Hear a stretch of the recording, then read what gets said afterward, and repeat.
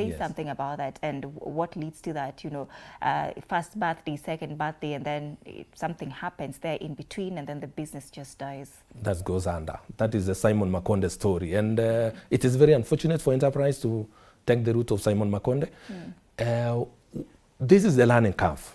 You know, in enterprise, there's also the learning curve. And engaging in business every time, you must be prepared in terms of what is it you are likely to face going forward.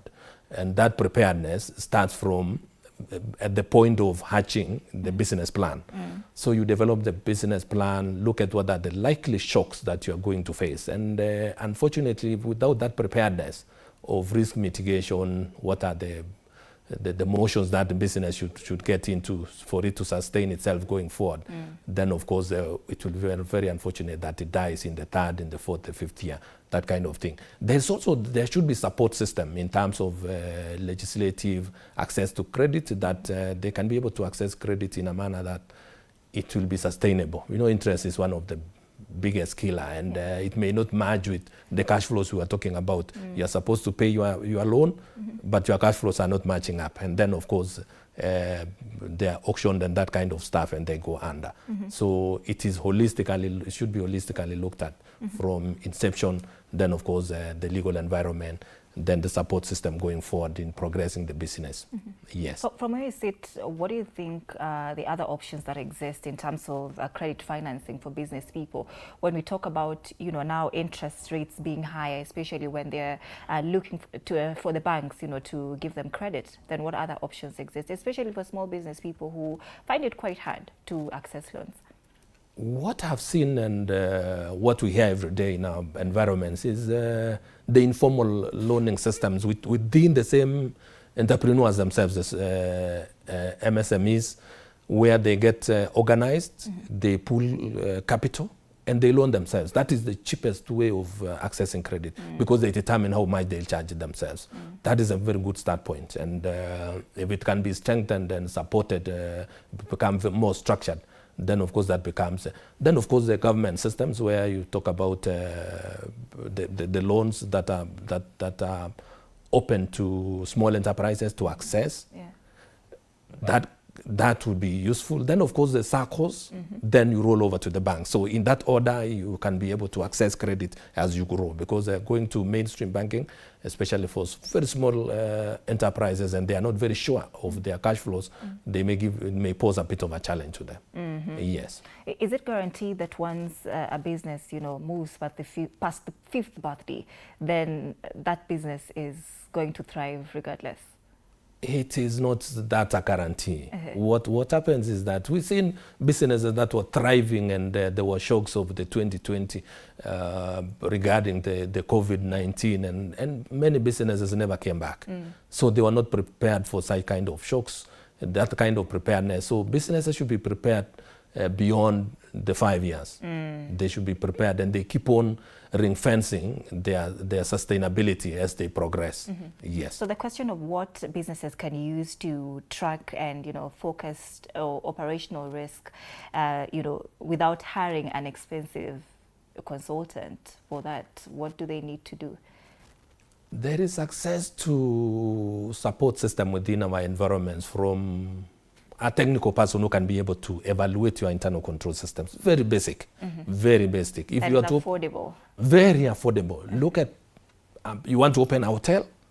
How do you manage your supplies? How do you manage the food you cook and reaching the table without pilferages in between? Because you can be producing a lot and buying, but it's not accruing to being revenue because your internal control system is not working. So you get someone to look at it, and then of course integrate it into your plan so that you can have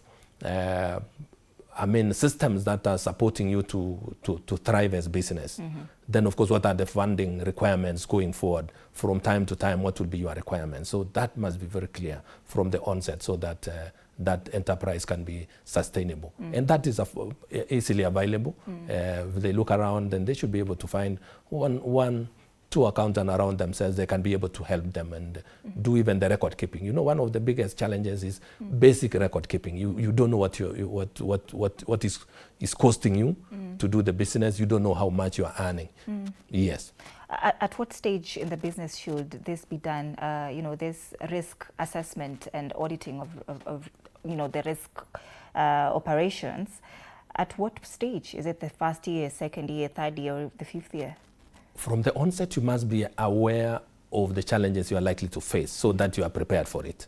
Then continually, because controls are so dynamic, you must keep on continually relooking at them periodically and getting that advisory so that you can be able to operate in a manner that at least is sustainable and it protects value of your enterprise. Yes. Is there a significant difference between record keeping and bookkeeping?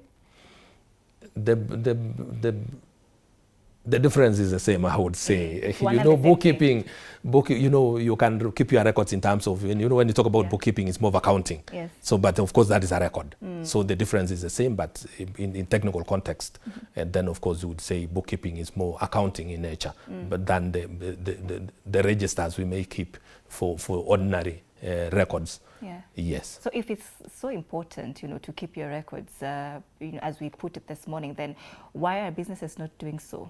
What are the, you know, cons for that? Because when we talk about pros, there are also cons. So why aren't businesses doing that? I think it's not about the cons, it's about the knowledge and the benefits that accrue from doing this, lack of knowledge. Okay. If they can be inducted very well in a structured manner, just collect the maybe similar businesses, talk to them on one afternoon, induct them on what they need to do, they may do better. Yes. And this applies to all businesses, whether you're selling mboga, whether you're whatever it is. Irrespective. You know, how can now small businesses differentiate from, you know, a temporary market dip and a businesses that is now shifting? You know, the consumer demand is shifting. Consumers don't want this product anymore, and you know, this market is no longer working. How can we differentiate the two? A dip in the market, you must be prepared as an enterprise to sustain that, and it is common knowledge from the onset that at some point in time, the market may go down for one reason or the other. But where people don't want to consume anymore a product, then of course you must be prepared as an enterprise that you keep on scanning and seeing the movements in terms of what is coming on board. How do you fit into that space so that you are not left behind with the old product and people have moved on? Yes. Let's talk about you know, recovery of debt as a business person, and there's always the concern of how do I do this without burning that bridge with my